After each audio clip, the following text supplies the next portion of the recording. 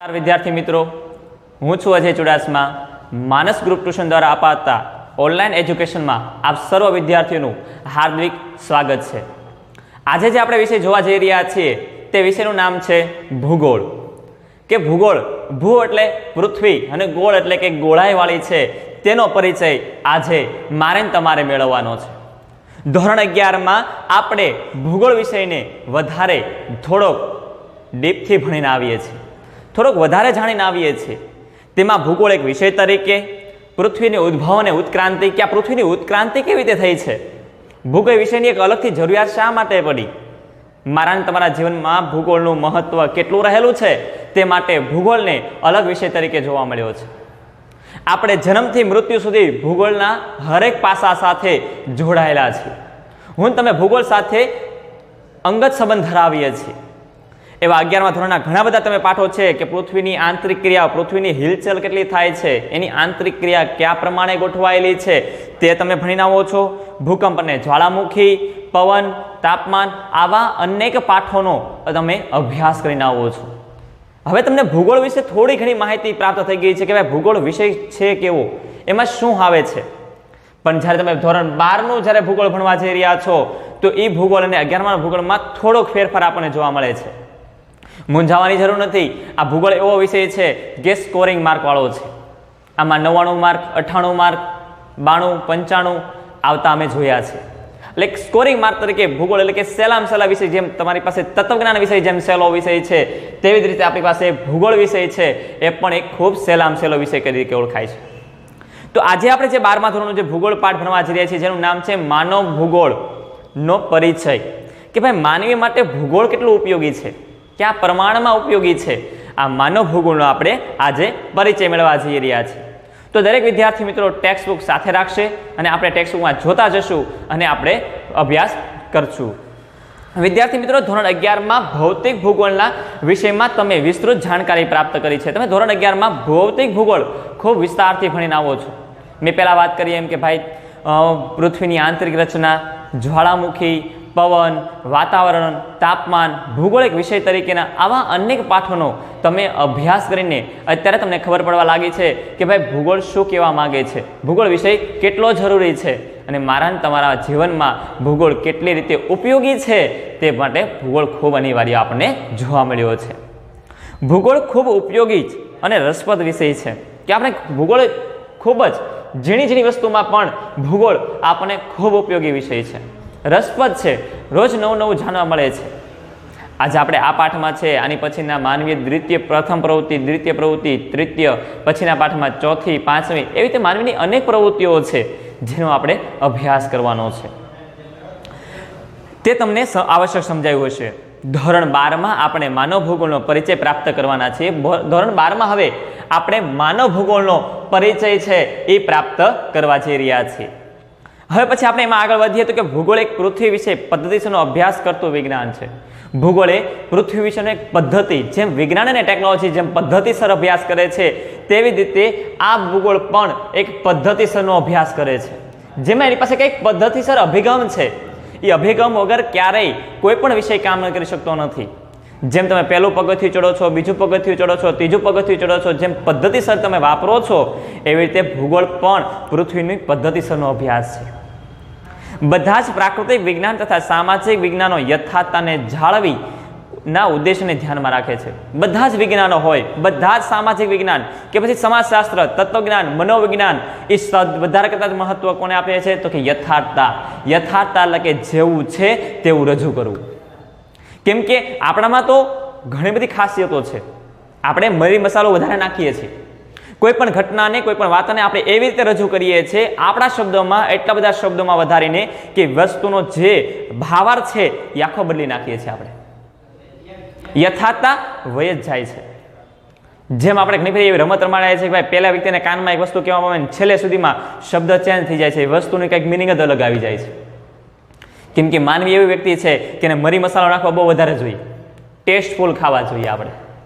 કેમ કે આપણે યથાર્થતાને ક્યારે રાખતા નથી. પણ જે વિષય છે એ વિષયમાં સામાજિક વિજ્ઞાન, પછી ભૂગોળ હોય કે પછી કોઈ પણ વિજ્ઞાન અને ટેકનોલોજી હોય, મનોવિજ્ઞાન હોય, તત્વજ્ઞાન હોય કે પછી કોઈ પણ વિષયની વાત કરીએ આપણે એમાં યથાર્થતા એટલે કે જેવું છે તેવો જ વિષયને રજૂ કરવો તે ખૂબ મહત્વનું છે.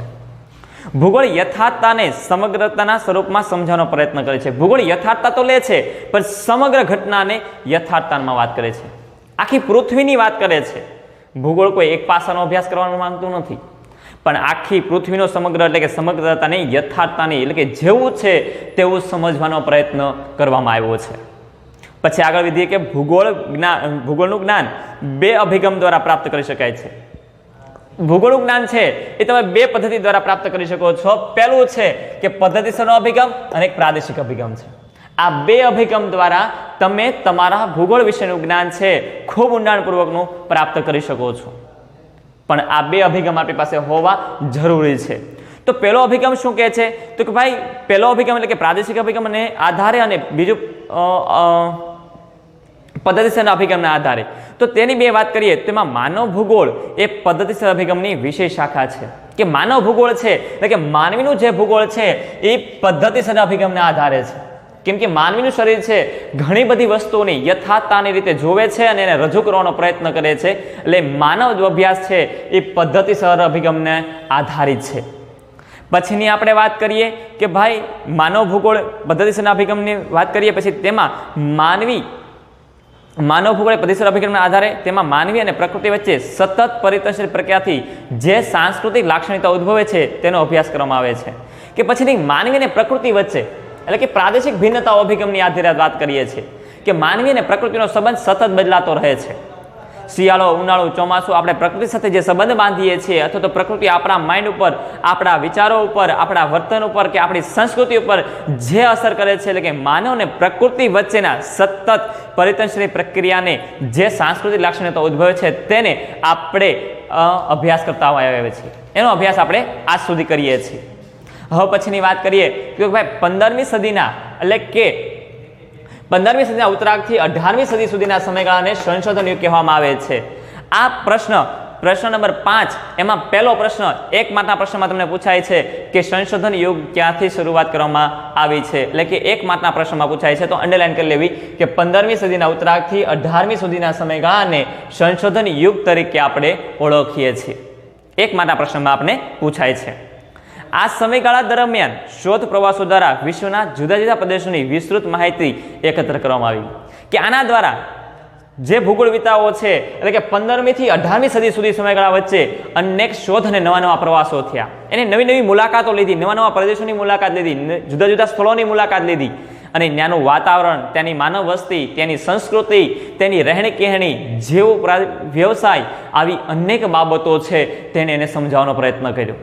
અને આપણને એક વર્ગીકૃત એટલે કે આગળ એમ કીધું કે નકશા નિર્માણ કાર્યનો વિકાસ થયો. ભૂગોળવિદાએ પ્રાપ્ત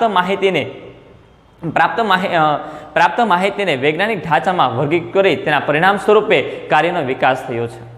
કે આપણને આ સમયગાળા દરમિયાન જે શોધ અને પ્રવાસ થયા તેની વિસ્તૃત માહિતી એકત્ર કરવામાં આવી. એક પુસ્તક અથવા તો એક વૈજ્ઞાનિક રીતે ઢાંચામાં એક વ્યવસ્થિત ગોઠવવામાં આવી અને એના દ્વારા આજ મને તમને ભૂગોળ વિષયની માહિતી છે ખૂબ રસપ્રદ રીતે આપવામાં આવી છે. જેના દ્વારા નકશાનું નિર્માણ થયું છે. આજે હું તમે કોઈ પણ જગ્યાએ જવું હોય તો લોકેશન મંગાવી લઈએ છીએ ભાઈ મેપ દ્વારા અથવા તો એ લાઈવ લોકેશન દ્વારા આપણે ત્યાં પહોંચી શકીએ છીએ. પછી શોર્ટકટ રસ્તામાં હોય તો પણ ઠીક, ટ્રાફિકની વ્યવસ્થાની માહિતી હોય તો પણ ઠીક, આ નકશાનું નિર્માણ છે એ આ બધા ભૂગોળ વેદાઓએ આપણને કરી આપ્યું છે. ભૂગોળના જે વિશિષ્ટ જ્ઞાન ધરાવતા વ્યક્તિઓ છે તેને આપણને આપ્યું છે. ભૂગોળવિદોએ પ્રાપ્ત માહિતીને વૈજ્ઞાનિક ઢાંચામાં વર્ગીકૃત કરી તેના પરિણામ સ્વરૂપે ભૂગોળ વિષયનો ઉદ્ભવ થયો છે. એક ભૂગોળ વિષયનો નવા વિષયનો તરીકે ઉદ્ભવ કર્યો છે. પછી એમાં બોનાર વેરિનેસ આવી જાય, જીન્સ બુન્સ જે છે એટલે કે જીન બુન્સ છે, એવા અનેક ભૂગોળવિદો છે તેનો સમાવેશ આપણે આની અંદર કરી શકીએ છીએ, જેને એક વ્યવસ્થિત માહિતી તૈયાર કરીને આપણને ભૂગોળ વિષય છે એ પ્રાપ્ત કર્યો છે. પછીની આગળની વાત કરીએ તો કે ભાઈ બનાર વેરિયસ છે એટલે કે બનાર વેરિયસ જે નામના ભૂગોળવિદ છે એને પુસ્તક જિયોગ્રાફિયા જર્નલિસ્ટમાં એને ઘણી બધી માહિતી આપી છે. વિદ્યાર્થી મિત્રો અંડરલાઈન કરી લેજો. ઘણી ફરી આપણે પ્રશ્ન પૂછાય છે કે બોનાર્ડ વેરિયસે તેનું પુસ્તકનું નામ જણાવો અથવા તો જિયોગ્રાફિયા જર્નલિસ્ટ પુસ્તકના રચયિતા કોણ છે એવો 1 માર્કનો પ્રશ્ન છે એ આપણને પૂછાતો હોય છે. તો એ પ્રશ્નને પૂછવાના કારણેથી આપણે એક માર્કના પ્રશ્નમાં પાછળ ન રહી જઈએ એટલા માટે આપણે અંડરલાઈન સાથોસાથ કરતા જશું, લઈ લઈશું અંડરલાઈનમાં. પછી બર્નાર્ડ વેનિસે ભૂગોળના બે વિભાગો પાડ્યા પાછા, એક સામાન્ય ભૂગોળ પાડ્યું અને એક વિશિષ્ટ ભૂગોળ પાડ્યું. તો આ સામાન્ય ભૂગોળમાં સમગ્ર પૃથ્વીને એક એકમ તરીકે અભ્યાસ કરવાનું કીધું કે સામાન્ય ભૂગોળમાં બર્નાર્ડ વેનિસે એવું કીધું કે સમગ્ર પૃથ્વી છે ને એને એક એકમ માનો, આખી પૃથ્વીને એક એકમ તરીકે લઈ લો. બધી વસ્તુનો અભ્યાસ અલગ અલગ શક્ય નથી. જો જ્યારે એક પૃથ્વીની વાત કરીએ છીએ ત્યારે એ પૃથ્વીનો આખો અભ્યાસ એટલે કે સમગ્ર એકમ તરીકે વાપરીએ એ વધારે ઉપયોગી છે. અને બીજા અભિગમમાં એમ કીધું કે ભાઈ વિશિષ્ટ ભૂગોળ કે જુદા જુદા પ્રદેશ અને ત્યાંના માનવ જીવનનો અભ્યાસ કરવો, કે ત્યાંના માનવ અભ્યાસ છે એટલે કે જ્યારે જુદો જુદો પ્રદેશ છે અને ત્યાંના માનવ જીવનનો અભ્યાસ કરવામાં આવે છે. જેમ કે જ્યારે ઠંડા પ્રદેશમાં રહેતો વ્યક્તિ છે એની પ્રવૃત્તિ અલગ હશે, ગરમ પ્રદેશમાં રહેનારો વ્યક્તિ છે એની પ્રવૃત્તિ અલગ હશે. જેમ તમે જુદા જુદા પ્રદેશોમાં જાઓ ત્યાંના માનવ જીવન તમે જોશો તો તમને અલગ અલગ જોવા મળશે. ક્યાંક ઠંડી વસ્તુ વધારે ખવાય છે, ક્યાંક ગરમ વસ્તુ વધારે ખવાય છે, ક્યાંક વ્યાપાર નોખો થાય છે, જ્ઞાનો કંઈક ઊન ભેગું કરવું અથવા તો ઉદ્યોગમાં જોડાયેલા છે, ખેતીમાં જોડાયેલા છે, જંગલી પેદાશો એકઠી કરેલી છે. એટલે તમે જ્યારે જુદો જુદો પ્રદેશ અને ત્યાંના માનવ જીવન વિશે વાત કરો છો તો એ વસ્તુ વિશિષ્ટ ભૂગોળમાં આવે છે. વિશિષ્ટ ભૂગોળ અનેક માનવીનો અને અનેક પ્રદેશનો અભ્યાસ કરતું જોવા મળે છે આપણને. આમ જોઈએ તો વિશિષ્ટ ભૂગોળમાં જુદા જુદા આપણે જે જોયા એ પ્રમાણે પૃથ્વી પર માનવ જીવનનો ક્રમશઃ વિકાસ થયો છે. આ પૃથ્વી પર માનવ જીવનનો ક્રમશઃ વિકાસ થયો છે. એક સાથે આપણે ગગનચુંબી ઇમારતો બનાવતા થઈ ચૂક્યા નથી. જે માનવી ભટકતું જીવન જીવતો હતો એણે ધીમે ધીમે એક જગ્યાએ સ્થાયી જીવન શરૂ કર્યું, એટલે કે સ્થળાંતર ખેતીની શરૂઆત કરી. એ સ્થળાંતર ખેતીમાં એવું હતું કે ભાઈ 2 થી 4 વર્ષ 3 વર્ષ એકને એક જગ્યાએ ઉપર ખેતી કરતો, ન્યાય વસવાટ કરતો. પહેલા તો ભટકતું જીવન જીવતો હતો, જ્યાં ફળ મળે ત્યાં ખાઈ લેવું, પાણી પીવા મળે ત્યાં પી લેવું. પછી એને એમ થયું કે આ દાણામાંથી ઘણા બધા અનાજ ઉગી શકાય છે. એવા વિચારો વ્યક્ત થયા અને પછી એને એક જગ્યાએ જમીન સાફ કરીને એને શરૂઆત કરી ખેતીની, એટલે સ્થાયી જીવન શરૂ કર્યું. અને સ્થાયી જીવન શરૂ થવાની સાથે એક ગામડું, અને એક ગામડામાંથી ઘણા બધા ગામડા, અને ઘણા બધા ગામડામાંથી આપણે જોઈએ તો આજે સિટી, મેગા સિટી, અને આજ માનવી ગગનચુંબી ઇમારતો બનાવતો થઈ ચૂક્યો છે. આજ માનવ વિકાસ એટલો બધો આગળ વધી ગયો છે કે એની કોઈ સીમાઓ રહી નથી. આજ બધી જ વસ્તુ આપણી પાસે જોવા મળે છે. આજ નવા સંશોધનો આપણી પાસે ઘણા બધા જોવા મળ્યા છે. એટલે વિશિષ્ટ ભૂગોળ અને સામાન્ય ભૂગોળ છે એ પણ આપણને ઘણું બધું ઉપયોગી થતું જોવા મળે છે. માનવીની મૂળભૂત જરૂરિયાતો ખોરાક, વસ્ત્ર અને રહેઠાણ વગેરે ઉપર કુદરતી પરિબળો અસર કરે છે. માનવીની મૂળભૂત જરૂરિયાતો ખોરાક, વસ્ત્ર અને રહેઠાણ, આ ત્રણેય વસ્તુ છે એ આપણે કુદરત ઉપર નિર્ભર રાખવું પડે છે. જો વરસાદ સારો ન થાય, પાક સારો ન પાકે તો માનવીને ખોરાક પ્રાપ્ત થતો નથી. જો કપાસનું ઉત્પાદન સારું ન થાય તો માનવીને સારા વસ્ત્રો અથવા તો જે કાપડ છે એ મળતું નથી. અને રહેઠાણ તો આપણને ખબર છે કે આ વસ્તી છે એ તુષ્કે ને ભૂસકે વસ્તી વધતી જાય છે, તો વસ્તીના કારણથી માનવ જીવન છે એટલે કે રહેઠાણના પ્રશ્નો આજે ઊભા થયા છે. આજ રહેઠાણ મળે છે ખરું, પણ એ વ્યવસ્થિત નથી મળતું. હવા ઉજાસવાળું રહેઠાણ નથી મળતું આપણને. મુંબઈની ધારાવાહી ઝૂંપડપટ્ટીની વાત કરેલી સાહેબ, તો એમાં પણ આપણને જોવા મળે છે કે જ્યાં પૂરતી સુવિધા એટલે કે જ્યાં 2-3 માળ જેને બનાવેલા છે, સૂર્યપ્રકાશ પહોંચવો મુશ્કેલ છે, ગંદકી છે, લાઇટની સુવિધા નથી, પાણીની વ્યવસ્થાઓ નથી. એટલે આવા 3 વસ્તુઓ છે એટલે કે ખોરાક, વસ્ત્ર અને રહેઠાણ એ માનવીની મૂળભૂત જરૂરિયાતો છે. અને આ માનવીની મૂળભૂત જરૂરિયાતને પહોંચી વળવા માટે કુદરતી પરિબળ આપણી પાસે હોવું ખૂબ જરૂરી છે, કેમ કે કુદરતી પરિબળ આપણે ખૂબ અસર કરે છે. પછીની વાત કરીએ કે ભાઈ કુદરતી પરિબળો અસર કરે છે. માનવ ભૂગોળ માનવી અને કુદરતી પરિબળની પરસ્પર થતી અસરનો અભ્યાસ કરે છે. કે માનવ ભૂગોળ છે એટલે કે માનવીની અને કુદરત વચ્ચે કેવી ઘટનાઓ ઘટે છે, બંને પરિસ્થિતિઓ કેટલી સામ્યતા છે, કેટલા પરિવર્તનો છે, તેનો એક માનવ ભૂગોળ છે એ અભ્યાસ કરે છે. માનવ ભૂગોળમાં માનવ કેન્દ્ર સ્થાને છે. તમને 1 માર્કના પ્રશ્નમાં પૂછાય છે કે ભૂગોળમાં કોણ કેન્દ્ર સ્થાને છે, તો ભૂગોળમાં માનવ છે એ માનવ કેન્દ્ર સ્થાને આપણને જોવા મળે છે. એટલે અંડરલાઈન કરતા રહીશું આપણે આરવાર. માનવીના નિવાસ સ્થાનના વિસ્તારમાં આધારે તેની પ્રવૃત્તિ નક્કી થાય છે. કે માનવીના નિવાસ સ્થાનના આધારે માનવીની પ્રવૃત્તિ નક્કી થાય છે. જેમ કે મેદાની પ્રદેશમાં વસતો માનવી ખેત પ્રવૃત્તિ કરે છે, જ્યારે મેદાની પ્રદેશમાં રહેતો વ્યક્તિ છે એ શું કરે છે તો કે ભાઈ ખેત પ્રદેશ કરે, કૃષિ સાથે જોડાયેલો છે. કે ગંગાના મેદાનો છે, યમુનાના મેદાનો છે, અથવા તો આપણે જે સૌરાષ્ટ્ર અને કચ્છની વાત કરીએ તો આપણે મેદાની પ્રદેશોમાં વસવાટ કરીએ છીએ. અને આ મેદાની પ્રદેશોમાં જ્યારે વસવાટ કરીએ છીએ ત્યારે આપણને આ પ્રદેશમાં ખૂબ જ આપણને ખબર છે ખેતી વ્યવસાય છે જોવા મળે છે. ખેત ઉત્પાદન જોવા મળે છે અને ખેત ઉત્પાદન સાથે આનુષંગિક પ્રવૃત્તિ એટલે કે તેની સાથે જોડાયેલી પ્રવૃત્તિ એટલે કે પશુપાલન, મરઘા બતકા ઉછેર, આવા કઈક પ્રકારના વ્યવસાયો છે એ ખેતી સાથે જોડાયેલા વ્યવસાયો આપણને જોવા મળે છે. પછીની વાત કરીએ આપણે કે જ્યારે જંગલમાં નિવાસ કરતો માનવી જંગલની પેદાશ એકઠી કરે છે. સ્વાભાવિક છે કે હિમાચલના જે બધા પહાડી વિસ્તારોમાં રહેતો વ્યક્તિ છે અથવા તો ગાઢ જંગલમાં રહેતો માનવી છે એ શું કરશે તો કે ભાઈ જંગલની પેદાશો એકઠી કરશે. મધ એકઠું કરવું, કોઈ લાકડાઓ એટલે કે કોઈ ઔષધિ તરીકે વનસ્પતિઓ એકઠી કરવી, આવા કઈક વસ્તુઓ છે એટલે કે જંગલી પેદાશો છે એ એકઠી કરતો હોય છે. પછી પ્રાણીનો શિકાર પણ હોઈ શકે છે અથવા તો પછી કોઈ ઔષધીય ઓહોળિયાઓ છે એ પણ ભેગા કરતા હોય છે. તમે ધોરણ 10માં ઓહોળિયાઓ ઘણા ભણીને પણ આવો છો તો આવી બધી વસ્તુઓ આપણને જોવા મળે છે. સમુદ્ર કિનારે વસતો માનવી મત્સ્ય પ્રવૃત્તિ વિશેષ કરે છે. જે સમુદ્ર કિનારે રહેતો વ્યક્તિ છે એ માછલીને ભાતનો વધારે પડતો ઉપયોગ કરે છે. એટલે માછલીને ભાત છે એનો મુખ્ય ખોરાક બને છે અને માછલાઓ છે એટલે કે દરિયો ખેડીને એ માછલાઓ બજારમાં વેચીને પોતાનું ગુજરાન ચલાવતો હોતો હોય છે. એટલે મત્સ્ય પ્રવૃત્તિ છે એ પણ એક વિશેષ પ્રવૃત્તિ આપણને જોવા મળે છે. આ રીતે માનવી અને પર્યાવરણ વચ્ચેના આંતર સંબંધો ઉદ્ભવતી પ્રવૃત્તિઓ દ્વારા ભૂગોળનું અભ્યાસક્ષેત્ર તૈયાર થાય છે કે માનવી અને પર્યાવરણ દ્વારા આપણને ભૂગોળનું એક વિષય વસ્તુ એટલે કે ભૂગોળમાં અલગ અલગ પ્રકારના વિષયો છે એ માનવી અને પર્યાવરણના સંબંધ દ્વારા આપણને અલગ અલગ પ્રકારના ભૂગોળ વિષય પ્રાપ્ત થાય છે. કેમ કે જેમ આપણે જોયું કે જુદા જુદા પ્રદેશો પ્રમાણે માનવ જીવન તો આપણે જોઈ લીધું કે મેદાની પ્રદેશો છે, પહાડી વિસ્તારોમાં તો જંગલમાં રહેતો વ્યક્તિ છે જંગલ પેદાશ એકઠી કરે છે, સમુદ્ર કિનારે વ્યક્તિ મત્સ્ય પ્રવૃત્તિ કરે છે. તો એ જુદા જુદા પ્રદેશ પ્રમાણે ત્યાંના માનવ જીવન છે એ આપણને અલગ અલગ પ્રમાણે જોવા મળે છે. આમ વેરિનેસે પર્યાવરણ વચ્ચેના આંતરસંબંધોની ઉદ્ભવી અને પ્રવૃત્તિઓ દ્વારા ભૂગોળનો અભ્યાસક્ષેત્ર તૈયાર કર્યું. વેરિનેસે આ બાબતને ધ્યાનમાં રાખીને ભૂગોળ વિષયને 3 પેટા વિભાગમાં વર્ગીકૃત કર્યું છે. પહેલું, ભૂગોળ વિષયક લાક્ષણિકતાઓ. ભૂગોળની ઘણી બધી લાક્ષણિકતાઓ છે એ પણ એક લક્ષણો ઉપર આધારિત પોતાનો અભ્યાસ છે એ તૈયાર કરે છે. સ્થાયી લાક્ષણિકતાઓ, જે તે પ્રદેશમાં રહેતો વ્યક્તિ છે એની સ્થાયી લાક્ષણિકતા હોય છે.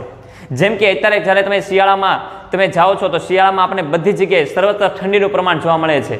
તો સ્થાયી લક્ષણો એવા હશે કે બધા પાસે એક સ્વેટર અથવા ધાબળો અથવા શાલ હશે આપણે જોવા મળશે. આ સ્થાનિક લાક્ષણિકતાઓ છે. પણ એવું પણ બની શકે જ્યાં અહીંયા ભારતમાં ગરમી ચાલતી હોય, બીજે ઠંડી ચાલતી હોય તો ત્યાં આપણને સ્થાનિક લાક્ષણિકતાઓ છે અલગ અલગ જોવા મળશે. માનવીય લાક્ષણિકતાઓ, તો માનવી છે એ અનેક પ્રકારનો છે. માનવીને સમજવો, એની જ્ઞાતિ, જાતિ, આવું અનેક પ્રકારે આપણે જોવા મળે છે. તો આ માનવીને સમજવા માટે એની લક્ષણો એટલે કે માનવી તો આમ તો ઘણા બધા લક્ષણો છે આપણે ખબર જ છે. સમજ્યા? ઘણાને આપણે કહીએ છીએ કે આનામાં આવા લક્ષણો છે, આનામાં આવા લક્ષણો છે. એટલે માનવી અનેક પ્રકારના લાક્ષણિકતાઓ ધરાવે છે. તેનો અભ્યાસ વેરિનેસ પોતે કરે છે. હવે પછીની વાત કરીએ તો ભૂગોળ સંકલિત, આનુભવિક અને વ્યવહારિક વિજ્ઞાન છે. સંકલિત એટલે શું થાય? એકબીજા સાથે જોડાયેલું. ભૂગોળ છે એકબીજા સાથે જોડાયેલું, આનુભવિક અનુભવોનું જ્ઞાન છે, આનુભવિક જ્ઞાન ધરાવે છે આપણે. અને વ્યવહારિક, વ્યવહારમાં ઉપયોગી આવતું એવું જ્ઞાન જો કોઈ હોય તો એ વ્યવહારિક વિજ્ઞાન તરીકે આપણે ઓળખીએ છીએ. ભૂગોળ પૃથ્વી સપાટી પર આવેલા વિભિન્ન તત્વો અથવા તો પાસાઓનો માનવ સંદર્ભમાં અભ્યાસ કરે છે.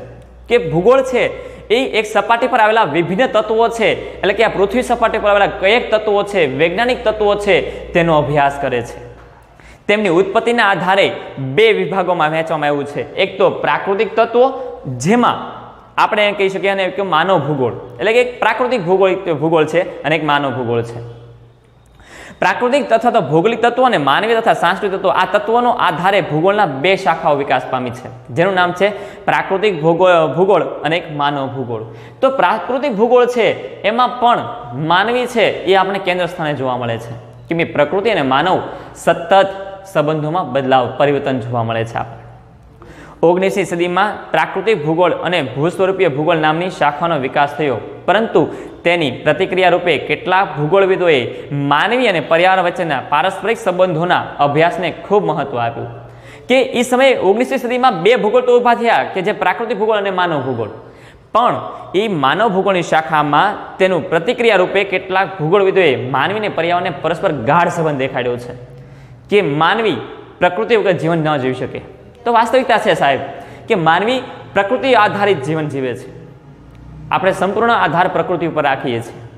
અને પ્રકૃતિ છે, જો માનવીને પ્રકૃતિ જો માનવી ન હોય ને તો પ્રકૃતિ બિંદાસ જ છે, આ બે વચ્ચે કોઈ સંબંધ નથી, પણ માનવીને પ્રકૃતિને ખૂબ સંબંધ છે. એટલે માનવ જીવનમાં પ્રકૃતિનું મહત્વ ખૂબ રહેલું આપણને જોવા મળે છે. પૃથ્વી સપાટી પર પ્રાપ્ત થતા બધા જ તત્વોની વાત કરીએ આપણી જોવા મળી ગઈ આપણને. પછીની વાત કરીએ આપણે તેના પરિણામ સ્વરૂપે માનવ ભૂગોળ શાખાનો ઉદ્ભવ થયો. એક માનવ ભૂગોળ તરીકે એક વિશેષ શાખા તરીકેનો ઉદ્ભવ કરવામાં આવ્યો. 19મી સદીની પછીની વાત કરે છે. માનવીના ઘર તરીકે પૃથ્વીનો અભ્યાસ એ માનવ ભૂગોળનું પ્રથમ સોપાન હતું, પહેલું પગથિયું હતું. કે આપણું જેમ આપણું આખું ઘર આપણે આખું લઈએ છીએ, આપણે ક્યારે એમ નથી કહેતા પેલો રૂમ મારો છે, બીજો રૂમ આનો છે, આટલો ભાગ મારો છે, આટલો ભાગ આખું ઘર જ કહે છે કે આ મારું ઘર છે. એમ આ પૃથ્વી છે એક મારું ઘર છે. એક પૃથ્વીને સંપૂર્ણ અભ્યાસ તરીકે પ્રથમ સોપાન તરીકે ભૂગોળે લીધું છે, પહેલા પગથિયા તરીકે ભૂગોળે સ્વીકાર્યું છે. માનવ ભૂગોળ 3 બાબતોના અભિગમ સાથે જોડાયેલું છે. પહેલું, પ્રાકૃતિક તત્વો અને માનવ જગત સાથે વચ્ચેનો સંબંધ. કે પ્રાકૃતિક તત્વો, વાતાવરણ, પવન, પાણી, આવા પ્રાકૃતિક તત્વો સાથે માનવ જગતનો સંબંધ શું છે, કેવો રહેલો છે? માનવી આ તત્વો વગર જીવી શકે ખરો? તો કે ના, ન જીવી શકે. પ્રાકૃતિક તત્વો છે એનાથી સંપન્ન થઈને આપણે આપણું માનવ જીવન છે એ પૂર્ણ કરીએ છીએ. પ્રકૃતિની આધીન જ છીએ આપણે આપતો. એટલે પ્રાકૃતિક તત્વો અને માનવ જગત વચ્ચેનો માનવીનો સંબંધ. માનવ પ્રવૃત્તિઓનું સ્થાનિક વિતરણ અને તે પ્રવૃત્તિઓ થવા પાછળના કારણો. જેમ કે મેદાની પ્રદેશમાં રહેતો વ્યક્તિ છે તો એની ખેતી કરે છે, એની પાછળનું કારણ શું છે? તો કે ભાઈ એની પાસે મેદાની વિસ્તાર છે, એનું સ્થાનિક કારણ છે. એટલે એમ કીધું કે ભાઈ માનવ પ્રવૃત્તિનું સ્થાનિક વિતરણ અને તે જ પ્રવૃત્તિઓ થવાના પાછળના કારણો ઘણા બધા જવાબદાર છે. તો જંગલી વિસ્તારમાં રહેતો વ્યક્તિ, પહાડી વિસ્તારમાં રહેતો વ્યક્તિ અને સમુદ્ર વિસ્તારમાં રહેતો વ્યક્તિ, તો માનવ પ્રવૃત્તિ છે એ સ્થાનિક વિતરણ છે.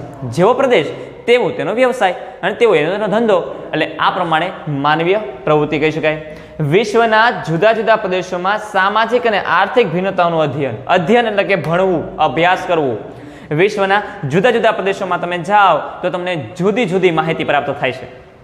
ત્યાંની સંસ્કૃતિ, ત્યાંનું વાતાવરણ, ત્યાંની પર્યાવરણ, એના વ્યવસાયો, કૃષિ પ્રવૃત્તિ, આ બધી જ વસ્તુઓ આપણને સામાજિક અને આર્થિક પ્રવૃત્તિ ભિન્નતા જોવા મળશે. ત્યાંનો સમાજ, ત્યાંની રહેણી કહેણી, ત્યાંની સંસ્કૃતિ, આ બધી જ વસ્તુઓ છે એ આપણને અલગ અલગ રીતે જોવા મળે છે, પ્રાપ્ત થતી હોય છે. હવે પછીની આપણે વાત કરીએ તો પાછલા પેજ ઉપર વયા જઈએ કે ભાઈ 3 આપણે અભિગમો છે તો આપણે સમજી લીધા, 3 તત્વો તો છે આપણે સમજી લીધા. હવે પછીના નીચેના પેરેગ્રાફમાં વયા જઈએ કે માનવીની બધી જ વિકાસાત્મક ગતિવિધિઓ પર ભૌતિક પર્યાવરણની અસર થાય છે. માનવી જે પણ પ્રવૃત્તિઓ કરે છે, ગતિવિધિઓ એટલે કે જેટલી પણ પ્રવૃત્તિઓ છે તેની પર પર્યાવરણ છે સંપૂર્ણ અસર કરે છે. પછી માનવી જેવું વિચારે છે, જેવું પ્રવૃત્તિ કરે છે, આ બધી જ વસ્તુઓ છે તેના ઉપર નિર્ભર રહે છે. આમ જોઈએ તો તે ભૌતિક પર્યાવરણ સાથે અનુકૂલન સાધીને સાંસ્કૃતિક પર્યાવરણની રચના કરે છે. કે આપણે પ્રાકૃતિક પર્યાવરણ સાથે અનુકૂલન સાધીને એક સંસ્કૃતિનું નિર્માણ કરીએ છીએ. ખૂબ ઠંડા પ્રદેશમાં રહેતા હોય તો વ્યક્તિ ઠંડીના સમયમાં ગુજરાતમાં વિયાવતો નથી. આપણે ખૂબ ગરમી થાય ત્યારે આપણે શિમલા કે કાશ્મીરમાં વ્યા જતા નથી. આપણી પરિસ્થિતિ સાથે અનુકૂલન સાધીએ છીએ. હું તમે પરિસ્થિતિને સેટ થવાનો પ્રયત્ન કરીએ છીએ અને એમાંથી મારી તમારી સંસ્કૃતિ છે તેનો ઉદ્ભવ થાય છે. એટલે સંસ્કૃતિ અને પ્રકૃતિને ખૂબ ગાઢ સંબંધ રહેલો છે. જેમ માનવી અને પ્રકૃતિ એકબીજા સાથે જોડાયેલા છે તેમ સંસ્કૃતિ અને પ્રકૃતિ પણ એકબીજા સાથે જોડાયેલા છે. માનવીની અલગ અલગ પ્રકારની પ્રવૃત્તિ સાથે પ્રાકૃતિક પર્યાવરણ છે એ જોડાયેલું આપણે જોવા મળે છે. માનવી અને પર્યાવરણ વચ્ચેના આંતર સંબંધો ગતિશીલ છે. માનવીની પર્યાવરણ સાથેના સંબંધો હંમેશા બદલાતા રહે છે. માનવી જ્યારે આથી 5 લાખ અબજ વર્ષ પહેલા જ્યારે ભારતમાં એટલે કે જ્યારે વિશ્વ ઉપર જન્મો છે ત્યારથી આજ સુધીના આપણે સંબંધો, પ્રકૃતિ સાથેના સંબંધો જોઈએ તો ઘણા બધા બદલાવવાળા અને ઘણા બધા પરિવર્તનશીલ આપણે જોવા મળ્યા છે. આ પરિવર્તનશીલ સાથે જે પર્યાવરણ સાથે જે ગતિશીલતા છે એ જ આપણી સંસ્કૃતિ અને આપણા માનવ જીવનને ટકાવી રાખવાનો પ્રયત્ન કરે છે. કેમ કે આપણે રોજ કંઈક નવું નવું શીખતા હોઈએ છીએ. પ્રકૃતિ તત્વો અને માનવ જગત વચ્ચેનો સંબંધ, સાંસ્કૃતિક પર્યાવરણ ઉદ્ભવ થવાના કારણો, વિશ્વના જુદા જુદા પ્રદેશની સામાજિક અને આર્થિક ભિન્નતાઓ, માનવી અને સાંસ્કૃતિક અને આર્થિક પ્રવૃત્તિઓ વગેરે પાસાનો અભ્યાસ માનવ ભૂગોળ દ્વારા થાય છે. કે આપણે એમ કીધું કે માનવ અને પર્યાવરણ વચ્ચેના આંતર સંબંધો ગતિશીલ તો છે જ, પણ પ્રાકૃતિક તત્વો અને માનવ જગત વચ્ચેનો સંબંધ, પ્રાકૃતિક તત્વો અને માનવ જગત વચ્ચેનો સંબંધ આપણે સમજ્યા, પ્રાકૃતિક તત્વો અને માનવ જગત વચ્ચેનો સંબંધ સમજ્યા. પછીની વાત કરીએ આપણે તો કે ભાઈ આર્થિક ભિન્નતાઓ. અને સામાજિક અને આર્થિક ભિન્નતાઓ, જેવી સામાજિક પ્રવૃત્તિઓ એટલે કે જેવો સમાજ છે તેવી આર્થિક પ્રવૃત્તિ એવું નથી હોતું. એ પેલા વર્ણ વ્યવસ્થા પ્રમાણે હતું કે જેવો સમાજ તેવી એની આર્થિક પ્રવૃત્તિ હતી કે વાણંદનો દીકરો વાણંદનું કામ કરે, દરજીનો દીકરો દરજીનું કામ કરે, મોચીનો દીકરો મોચીનું કામ કરે. આ પહેલા હતું. એટલે સામાજિક જીવન અને આર્થિક જીવન કંઈક સરભર હતું. પણ પછીની વાત કરીએ તો એવું જોવા નહોતું મળતું. માનવીની સાંસ્કૃતિક અને આર્થિક પ્રવૃત્તિઓ વગેરે પાસાઓ પર અભ્યાસમાં માનવ ભૂગોળ દ્વારા થાય છે કે માનવી અને સંસ્કૃતિ કેવી રીતે જોડાયેલા છે, માનવીના જીવનમાં સંસ્કૃતિના પાસાઓ કેટલા પ્રમાણમાં કામ કરે છે, આ બધી વસ્તુઓ માનવ ભૂગોળ છે એના વિષયમાં અભ્યાસ કરે છે. પ્રકૃતિ અને માનવ અવિભાજ્ય તત્વો છે. પ્રકૃતિ અને માનવ બંને અવિભાજ્ય અંગ તરીકે કામ કરે છે. એકબીજા સાથે એક સિક્કાની બે બાજુ જોડાયેલી છે ને તેવી રીતે માનવ અને પ્રકૃતિ છે એકબીજા સાથે જોડાયેલા છે. તેના વિશેના પાસાઓ ઘણા બધા છે, એના વિષયો ઘણા બધા છે, પણ ટૂંકમાં એવું કહેવા માંગે છે કે માનવ અને પ્રકૃતિ છે ખૂબ ગાઢ રીતે જોડાયેલા છે. બંનેને સમગ્રતાની દ્રષ્ટિએ સમજવાનો પ્રયત્ન માનવ ભૂગોળ કરે છે. માનવી હોય કે પ્રકૃતિ હોય એને સમગ્રના સંદર્ભમાં બધી જ માનવ જાતિને એકમાં રાખીને અભ્યાસ કરીએ તો યોગ્ય બને છે. અને આખી પૃથ્વીને એક રાખીને જ્યારે અભ્યાસ કરીએ છીએ ત્યારે યોગ્ય બને છે. એટલે કે સમગ્ર દ્રષ્ટિએ જ્યારે વાપરીએ છીએ તેનો અભ્યાસના વિષય તરીકે માનવ ભૂગોળ કામ કરે છે. પ્રસિદ્ધ ફ્રેન્ચ ભૂગોળના જીન બુન્સ નામના ભૂગોળવેતાએ આપણે એક વ્યાખ્યા આપી છે જે તમને 1 માર્કના પ્રશ્નમાં પૂછાય છે. પ્રશ્ન નંબર આમ કહીએ આપણે તો પ્રશ્ન નંબર 4માં 5મો પ્રશ્ન છે, માનવ ભૂગોળ એવા બધા જ તત્વોનો અભ્યાસ કરે છે જે માનવીની ક્રિયા અને પ્રતિક્રિયા દ્વારા પ્રભાવિત થાય છે. કે માનવ ભૂગોળનો અભ્યાસના વિષયો કેવા છે તો કે માનવી જે ક્રિયા અને એની સામે જે પ્રતિક્રિયા આપણને પ્રાપ્ત થાય છે તેવા બધા જ વિષયનો અભ્યાસ માનવ ભૂગોળ કરે છે. એટલે માનવ ભૂગોળમાં અભ્યાસના વિષય તરીકે જોવા મળ્યા છે. અને નીચે પણ આપણને ઘણી બધી ભૂગોળવિદોની વ્યાખ્યા આપી છે. જાણવા જેવું ગમશે એમાંથી કોઈ પણ એક ભૂગોળવિદની વ્યાખ્યા આપણે લખીએ તો પણ ચાલે.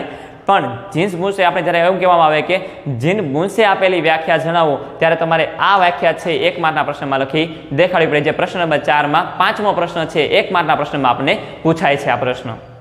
હવે પછીની વાત કરીએ તો કે એરિસ્ટોટલ, બકલ, હલબોન્ટ, રિટન વગેરે વિદ્વાનોએ ઇતિહાસ ઉપર ભૂમિના પ્રભાવને મહત્વ આપ્યું છે. ભાઈ ઇતિહાસ શું છે આપણો? પહેલા માનવી કેવું જીવન જીવતો હતો, માનવીને પ્રકૃતિ સાથેનો સંબંધ કેવો હતો, એકબીજા સાથે કેવી રીતે જોડાયેલા હતા, તેને એને કોઈ વધારે પ્રભાવિત મહત્વ આપ્યું છે. ત્યાર પછી રિટઝેલ અને કુએન સેમ્પલને ભૌતિક પર્યાવરણમાં માનવ ક્રિયાઓને કેવી રીતે પ્રભાવિત કરે છે તે સમજાવ્યું. કે કુએન સેમ્પલ અને રેટઝેલે આ બંને પણ ભૌતિક વિજ્ઞાનને સમજાવવાનો પ્રયત્ન કર્યો છે કે માનવીને ભૌતિક વિજ્ઞાન સાથેના પ્રભાવિત કેવા છે, સંબંધો કેવા છે તેને સમજાવવાનો પ્રયત્ન કર્યો. હન્ટને સમાજ અને સંસ્કૃતિ ઇતિહાસ ઉપર આબોહવા પ્રભાવને સમજાવ્યું. હન્ટન એવું કહે છે કે સમાજ હોય, સંસ્કૃતિ હોય અને ઇતિહાસ હોય એની ઉપર આબોહવાથી ચોક્કસ અસર કરે છે. કે ભાઈ જેવી આબોહવા એવો પહેરવેશ, એ જેવો પહેરવેશ એવું ખાણીપીણી, એવી તમારી રહેણીકરણી, એવો તમારો સમાજ. એટલે હલબન્ટ એવું કહે છે કે આ ત્રણેય પાસા ઉપર આબોહવા છે ખૂબ ગાઢ અસર કરે છે. આ વિદ્વાનોના વિરોધાર્થી વિચારોથી સ્પષ્ટ થાય છે કે માનવ ભૂગોળ માનવ સમાજ અને તેના પર્યાવરણ વચ્ચેના આંતરસંબંધોને પ્રાધાન્ય આપે છે, મહત્વ આપે છે. કે આ બધા સંશોધનો દ્વારા આપણે સમજાય છે કે માનવ ભૂગોળ છે એ બધા જ પાસાઓને મહત્વ આપે છે. એટલા માટે જ એમ કીધું છે કે માનવ ભૂગોળ એક ગત્યાત્મક વિજ્ઞાન છે. ગત્યાત્મક વિજ્ઞાન એટલે કે અગત્યાત્મક વિજ્ઞાન છે, અગત્યનું વિજ્ઞાન છે.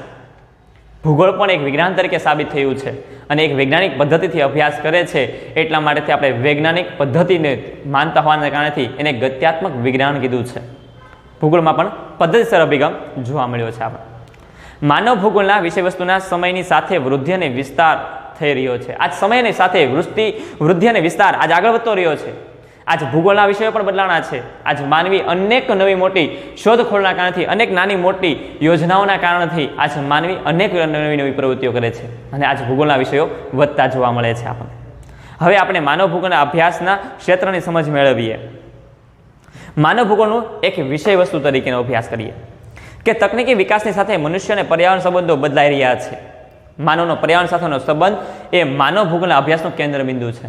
કે માનવ પર્યાવરણ સાથેનો સંબંધ તે માનવ સાથેનો કેન્દ્ર બિંદુ છે. કેમ કે આપણે સંપૂર્ણ પ્રકૃતિને આધીન છીએ ને, આપણા હાથમાં કોઈ પણ વસ્તુ નથી. આપણે ક્યારે પવનની દિશા ન બદલી શકીએ. મને પવન આ દિશામાં નથી ગમતો, મને આ દિશામાં કરવો છે, તે શક્ય નથી. મને આ પહાડ અહીંયા નથી ગમતો, અહીંયા આ પહાડ અહીંયા મૂકવો છે, આ સમુદ્ર છે આમ છે નહીં. સંપૂર્ણ કુદરત આધારિત છે. એમાં હું તમે કોઈ વસ્તુ કરી શકતા નથી. તમે એક સ્વાભાવિક રીતે વાંચી લો, માની લો કે ચોમાસામાં જે વાદળાઓ છે એ હું તમે કોઈ બનાવવા નથી જતા, સંપૂર્ણ કુદરત આધારિત છે. કેટલો વરસાદ ક્યાં વરસશે હું તમે નક્કી નથી કરતા, કુદરત નક્કી કરે છે. એટલે આ કુદરત તત્વ સાથે હું તમે જોડાયેલા છીએ. વિભિન્ન પ્રદેશોમાં માનવીઓ રંગ, સ્વાસ્થ્ય, વસ્ત્ર, રહેઠાણ, ભાષા, ધર્મ, સામાજિક માળખું વગેરે અનેક બાબતોમાં વૈવિધ્ય છે કે વ્યક્તિ રંગ અલગ અલગ છે. કોઈ ગૌવર્ણ છે, શ્યામ વર્ણ છે, પ્રદેશ વાઇઝ અલગ અલગ જોવા મળે છે. જેવો પ્રદેશ છે એવો માનવીનો રંગ છે, ત્યાંનું વાતાવરણ છે, સ્વાસ્થ્ય છે. તમે કેરળને સ્વાસ્થ્ય તરીકે લઈ શકો છો. કેરળમાં દવાખાની સુવિધા છે ખૂબ સારી આપણને જોવા મળે છે. એટલે કેરળ રાજ્ય છે એ ટ્રીટમેન્ટ એટલે કે દવાખાની સુવિધામાં ખૂબ તબીબી સેવામાં ખૂબ આગળ છે અને ત્યાંના લોકોનું સ્વાસ્થ્ય જીવન છે ખૂબ સારું જોવા મળ્યું છે. વસ્ત્ર તો જેવો પહેરવેશ આપણે ખબર છે કે ભાઈ ગુજરાતીમાં રહેનારો વ્યક્તિ છે, સ્ત્રી પુરુષ છે, એનો પહેરવેશ એ પ્રમાણે છે. રાજસ્થાનમાં રહેનારો વ્યક્તિ છે એનો સ્ત્રી પુરુષનો પહેરવેશ એ પ્રમાણે છે. પંજાબમાં રહેનારો વ્યક્તિ પહેરવેશ એ પ્રમાણે છે. ગુજરાતમાં ગુજરાતી સાડી પ્રખ્યાત છે. અથવા ભાઈઓનો પહેરવેશ છે એ ગામડામાં જઈએ તો હજી માથે પાઘડી બાંધવી, જભોને ચોયડી એ પ્રમાણે હજી પણ આપણો પહેરવેશ એ પ્રમાણે હાલે છે. રાજસ્થાનમાં મારવાડા પહેરવામાં આવતો હોય છે. પંજાબમાં પંજાબી ડ્રેસ છે એ વધારે છે. એટલે કે જેવો પ્રદેશ તેવા એના વસ્ત્રો. રહેઠાણ બધે ઘર અલગ અલગ જોવા મળે છે. ગામડામાં જઈએ તો આપણે એ પ્રમાણેના ઘરો જોવા મળે છે. શહેરોમાં જઈએ તો એ પ્રમાણે ઘર જોવા મળે છે. ફ્લેટ, આ બધી વસ્તુ આપણે અલગ અલગ રહેઠાણ વ્યવસ્થા રીતે અલગ જોવા મળે છે. આપણે 12મા ધોરણમાં પાઠ છે વસાહત, એનો અભ્યાસ કરીશું ત્યારે આપણે ખબર પડી જશે. ભાષા, ગુજરાત બહાર જાવ એટલે હિન્દી ભાષા બોલાય, પંજાબમાં પંજાબી ભાષા બોલાય, તમિલમાં તેલુગુ ભાષા બોલાય, કર્ણાટકમાં એની હરેક ભાષાઓ છે એ આપણે અલગ અલગ જોવા મળે છે. જેમ પ્રદેશ બદલાય છે એમ ભાષાઓ અલગ અલગ બદલાય છે. સામાજિક માળખો વગેરે અનેક બાબતોમાં વૈવિધ્ય જોવા મળે છે. સાંસ્કૃતિક ભિન્નતાનું ઉત્તમ ઉદાહરણ યુએસએ અને ભારત જેવા બિનસાંપ્રદાયિક દેશોમાં જોવા મળે છે. અમેરિકન ભૂગોળવેત્તાએ ફ્રેન્ચ અને તહેવારથી માનવ ભૂગોળના વિષય વસ્તુને 2 વિભાગમાં વહેંચ્યા છે. એક પ્રાકૃતિક પર્યાવરણ અને એક સાંસ્કૃતિક પર્યાવરણ, જે આપણે આની પછીના લેક્ચરમાં અભ્યાસ કરવા જઈ રહ્યા છીએ. અસ્તુ, જય હિન્દ, જય ભારત.